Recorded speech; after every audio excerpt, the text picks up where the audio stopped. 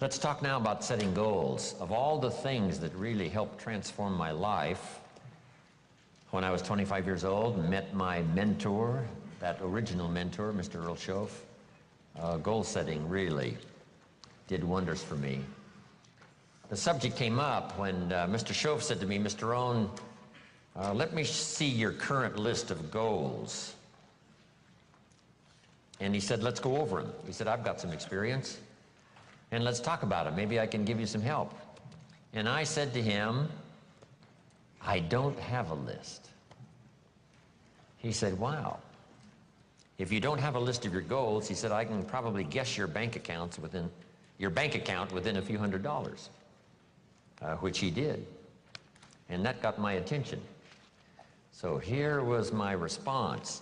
"You mean to tell me if I had a list of my goals, it would make a difference in my bank account?" He said, "A drastic difference." So that got my attention. I thought, well, I've got to learn how to set goals. And when I learned it, it changed my life forever. Now I've been teaching it now all these years, trying to help people get a better vision of the future. Okay, so make this note. The future's where we're going. You know, the past is where we've been, the present is where we are, and the future is where we're going. And if we can capture this moment in time from our past to now, and then from now to a future more well-designed, with better objectives and better purpose for ourselves, our family, our business, our investments, everything else, then this moment in time will have become extremely valuable. So let me give you first what really affects us all. Number one, we're affected by the environment in which we live. We're affected by the physical environment. I was challenged way back in those early days, why not make the environment better everywhere you go? I learned, Mama taught, turn off the lights when you check out of your hotel and you leave the room. Before you leave, turn out the lights. And I thought, why do that? And here's what she said: to make a contribution that's so easy. Wow. And if you could make a contribution that is so easy, that didn't cost you any money, and didn't cost you any time, didn't cost you a piece of your life, why not make the contribution that's easy? Because if everybody did it, think of how much we would conserve. Someone says, well, yes, but the hotel benefits if you turn out all the lights. And here's the answer that sophisticated people always have: who cares who benefits? If it benefits the hotel, and if everybody did it, probably the cost of the hotel room would come down. So every benefit you can give, every benefit you can share, because here's what happens. If you learn to give, you will what? Receive. Maybe not in the manner in which you gave, maybe not in like kind. Someone will save energy for you because you saved energy for them. But in some mysterious ways, it always comes back to us. If you give, you will receive. In fact, here's what it says, that for the uneducated is a little bit strange. It says it's better to give than it is to receive. Now see, if you didn't understand, you would say, that doesn't quite make sense. Surely it would be better to receive than to give, and the answer is no. It is much better to give than to receive. And here's why. It's what we call having intelligent self-interest.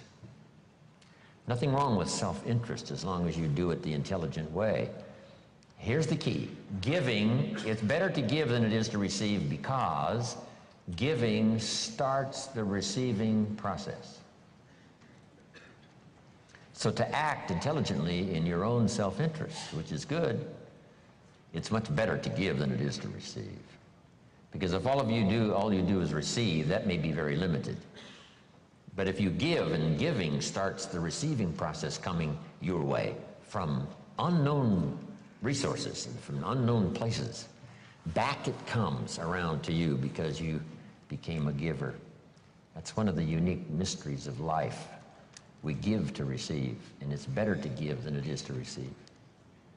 So that's what Mama said. Turn out the lights, make a contribution. Why not make the easy ones? Here's what else. We talked about it at our lunch break today to those who were there.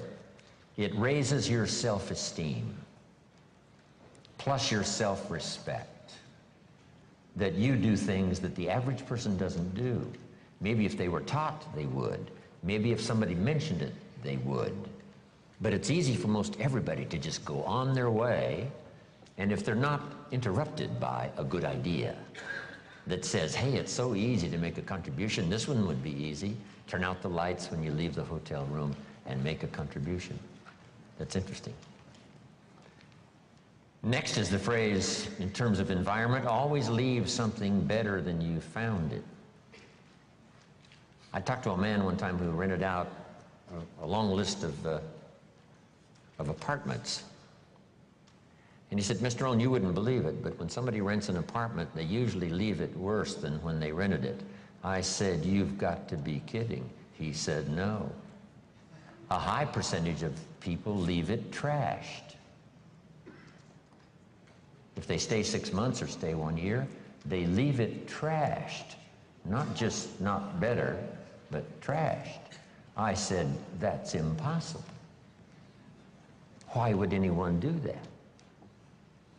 Mama said to me, no, leave it what? Better than you found it.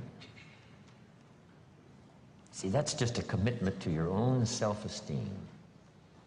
And why not do it if it makes a contribution to your self-esteem?